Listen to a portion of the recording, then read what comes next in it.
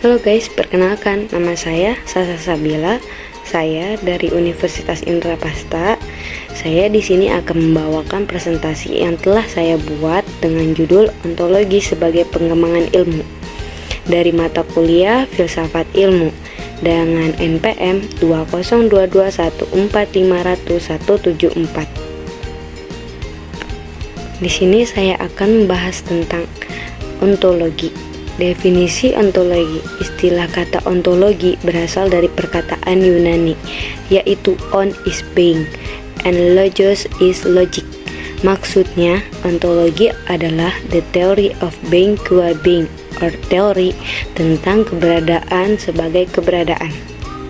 Sedangkan menurut Louis Oakatov tahun 1953 dalam Element of Philosophy mengatakan bahwa ontologi itu mencari ultimate reality. Jadi dapat dikatakan bahwa ontologi adalah cabang filsafat yang membicarakan tentang segala sesuatu yang ada. Lanjut, definisi ontologi menurut para ahli itu yang telah saya buat ada 3. 1. Noeng Mohadir dalam bahasa Amsal Bahtiar tahun 2010 mengatakan bahwa ontologi membahas tentang yang ada, yang tidak ada, terikat oleh suatu perwujudan tertentu. Yang kedua, Junaidi M. dalam bukunya Paradigma Baru Filsafat Pendidikan Ilmu tahun 2017 mengatakan bahwa ontologi secara etimologi dapat diartikan sebagai keberadaan or teori of being qua being atau ilmu tentang yang ada. Yang ketiga, Jujun S. Surya Sumantri tahun 1985 mengatakan bahwa ontologi membahas tentang apa yang kita ketahui, seberapa jauh kita ingin tahu, atau dengan kata lain, sesuatu pengkajian mengenai teori tentang yang ada universal atau menampilkan pemikiran semesta secara universal. Lanjut, aliran dalam ontologi. Di dalam aliran ontologi terdapat 4 macam pemahaman aliran filsafat, yaitu 1. Aliran materialisme. Aliran ini menganggap bahwa sumber yang asal itu adalah materi, bukan rohani. Alasan mengapa aliran ini berkembang sehingga memperkuat dugaan bahwa yang merupakan hakikat adalah yaitu 1. Pikiran yang masih sederhana. Apa yang kelihatan yang dapat diraba biasanya dijadikan kebenaran terakhir. Yang kedua, pikiran sederhana tidak mampu memikirkan sesuatu di luar ruang yang abstrak. Yang ketiga, penemuan-penemuan menunjukkan betapa bergantungnya jiwa pada badan. Yang kedua, aliran idealisme. Aliran idealisme dinamakan juga spiritualisme. Idealisme berarti serba cita, sedang spiritualisme berarti serba ruh. Idealisme diambil dari kata idea, yaitu sesuatu yang hadir dalam jiwa. Alasan aliran ini yang menyatakan bahwa hakikat benda adalah ruhani, spirit atau sebangsanya adalah 1. Nilai ruh lebih tinggi daripada badan, lebih tinggi nilainya dari materi bagi kehidupan manusia. Ruh ini dianggap sebagai hakikat yang sebenarnya, sehingga materi hanyalah badannya, bayangan atau penjelmaan. Yang kedua, manusia lebih dapat memahami dirinya daripada dunia luar dirinya.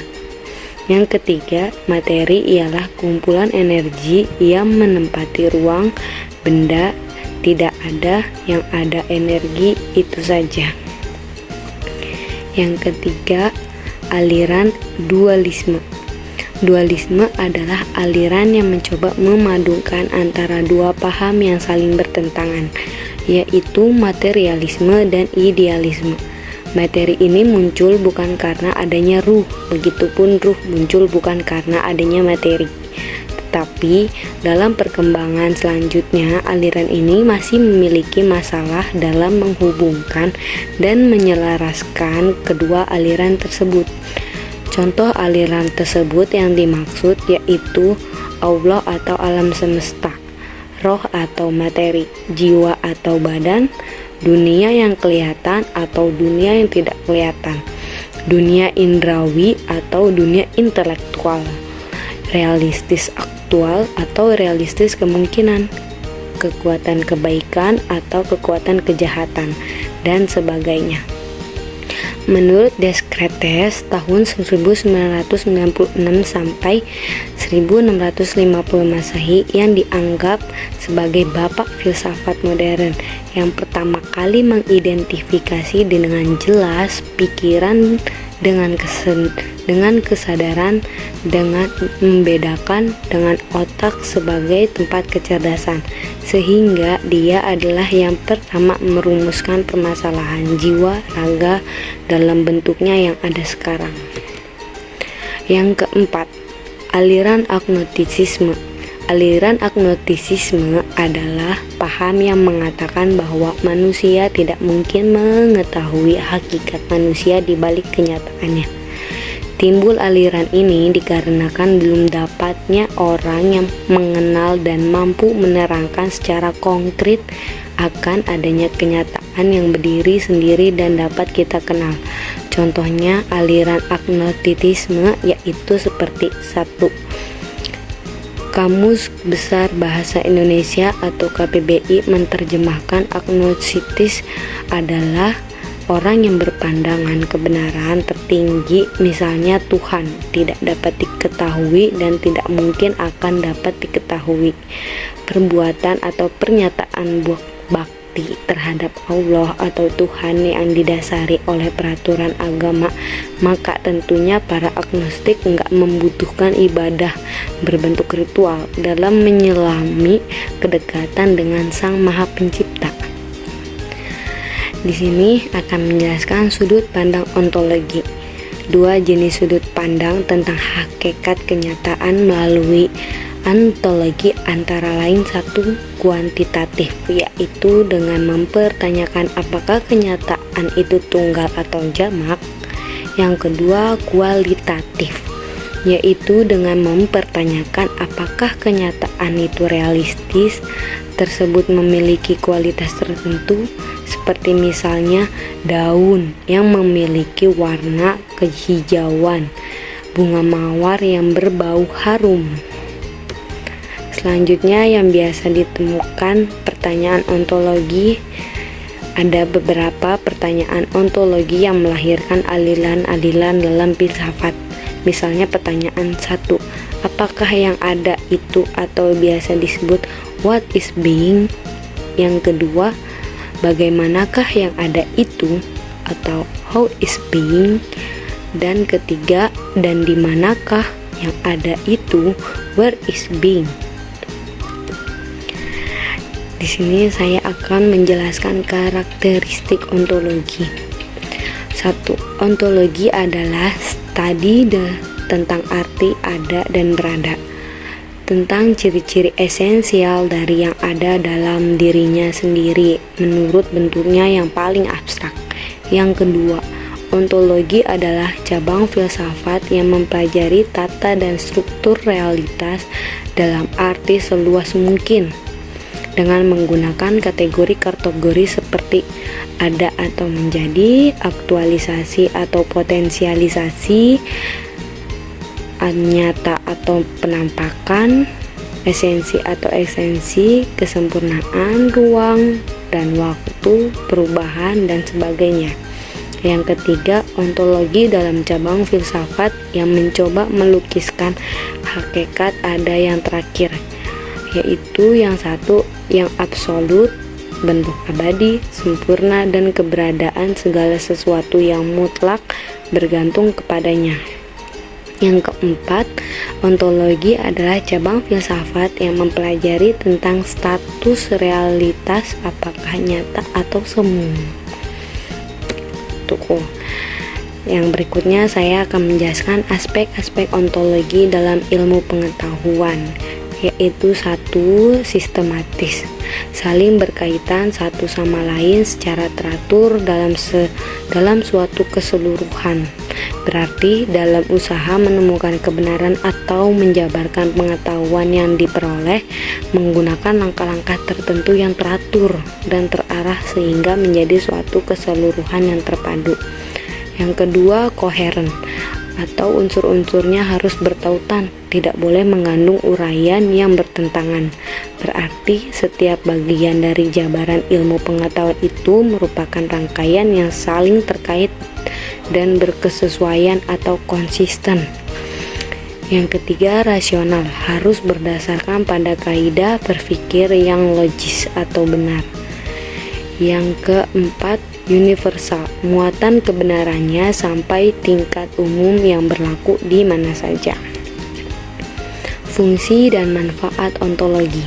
Menurut Ansari tahun 1987 dalam bukunya Insan 2010, fungsi dan manfaat dalam mempelajari ontologi yaitu berfungsi sebagai refleksi kritis atas objek atau bidang garapan, konsep-konsep, asumsi-asumsi, dan falsuslat ilmu.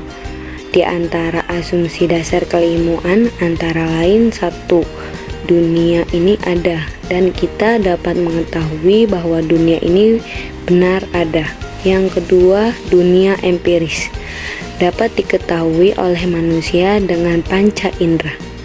Yang ketiga, fenomena yang dapat di dunia ini berhubungan satu dengan yang lainnya secara kasual. Yang keempat, ontologi ini pantas dipelajari bagi orang yang ingin memahami secara menyeluruh tentang dunia dan berguna bagi studi ilmu-ilmu empiris, misalnya antropologi, sosiologi, ilmu kedokteran, ilmu budaya, fisika, ilmu teknik, dan sebagainya. Kesimpulan ontologi yang terakhir adalah ontologi merupakan suatu teori tentang makna dari suatu objek, properti dari suatu objek, serta reaksi objek tersebut yang mungkin terjadi pada suatu domain berpengetahuan. Ringkasnya, pada tinjauan filsafat, ontologi adalah studi tentang sesuatu yang ada. Ontologi adalah ilmu yang membahas tentang hakikat yang ada, yang merupakan realiti yang berbentuk jasmani atau konkret maupun rohani atau abstrak. Sedangkan kaitannya dengan ilmu pengetahuan, maka ontologi merupakan kajian filosofis tentang hakikat keberadaan ilmu pengetahuan, apa dan bagaimana ilmu pengetahuan yang ada itu. Yang ketiga itu ada aspek ontologi ilmu pengetahuan tertentu hendaknya diuraikan atau ditelaah secara metodis, sistematis, koheren, rasional, komprehensif, radikal, dan universal. Aliran atau pemikiran ontologi diantaranya harus monoisme, dualisme, pluralisme, nihilisme, dan agnostisisme. Ruang lingkup ilmu pengetahuan meliputi ada pada yang ada, yang nyata, dan esensi dan eksistensi. Terima kasih semuanya, semoga bermanfaat.